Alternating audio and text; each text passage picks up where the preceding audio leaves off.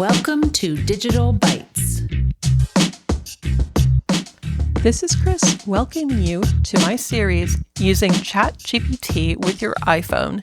This is part 1 of a 5-part series. Maybe I want to know how to do something in particular with a particular Office product.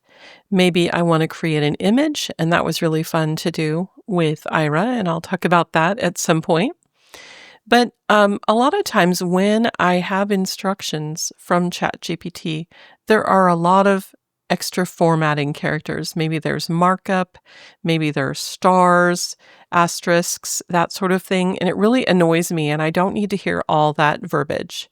So I had a little conversation recently with Mr. GPT, and I asked it to format things in a special way for me so that I could then use them later, maybe paste this conversation or the details into a document for future reference in my teaching or just for my own reference moving forward. So this is the conversation that I had with ChatGPT. I'm using my iPhone here to show you this conversation. And so I ask, can you always provide answers with no special formatting or characters for a person who is using a screen reader? And ChatGPT says, yes, I can always provide answers with no special formatting or special characters. I will write everything in plain text, clearly structured, and optimized for someone using a screen reader like VoiceOver. If you ever need me to change the structure or provide extra description or spacing, just let me know. That's very helpful. Thank you so much. And I think that what we can all learn from this is how to ask for what we want. So we want things in plain text, no special characters for person using a screen reader. And so then I say, can you always do this, even if I move on to a different conversation or close my browser? And he says, I will always follow your preference within a conversation, but if you close the browser or start a new session, I may not remember this unless you explicitly tell me again. However, I can remember this preference across all future conversations if you want. Would you like me to always provide plain text answers with no special formatting or characters, written clearly for a screen reader user? If you say yes, I'll save it now and apply it automatically going forward.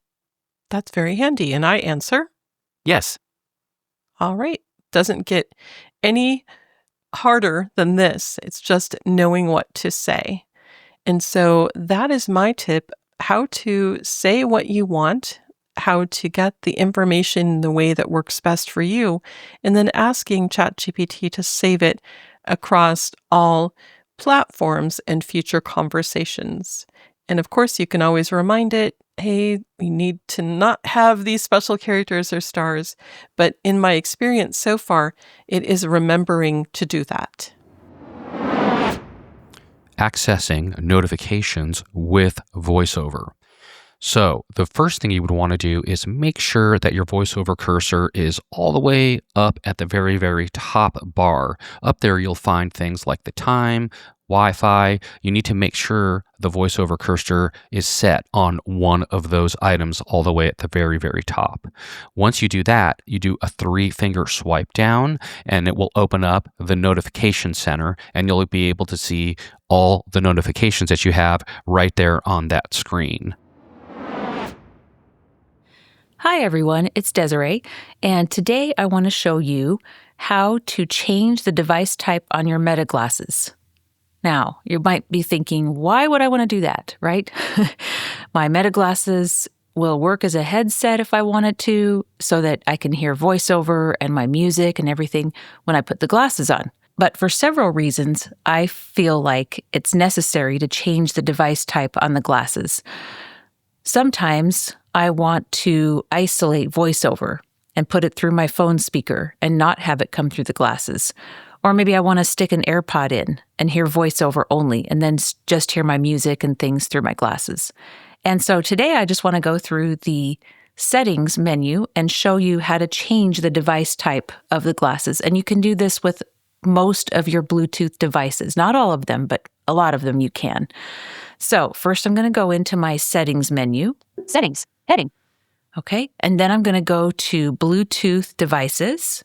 Search, dictate, family, airplane mode, Wi-Fi, Bluetooth, on, button, Bluetooth, heading. Okay, and then I'm going to find my Meta glasses. So I'm going to swipe down until I get to Meta glasses. Connect to access, Bluetooth, switch. This iPhone is my devices. Heading, Desiree's Apple Watch. TV, Samsung 8, Aventry Slumber. Braille Sense 6 under Cozy Band. Desiree's AirPods. Desiree's AirPod. Open Com 2 by Shot. Open Run by RB Meta. Vocaster Bait. RB Meta 000V. Connected. Button. Actions available. There they are.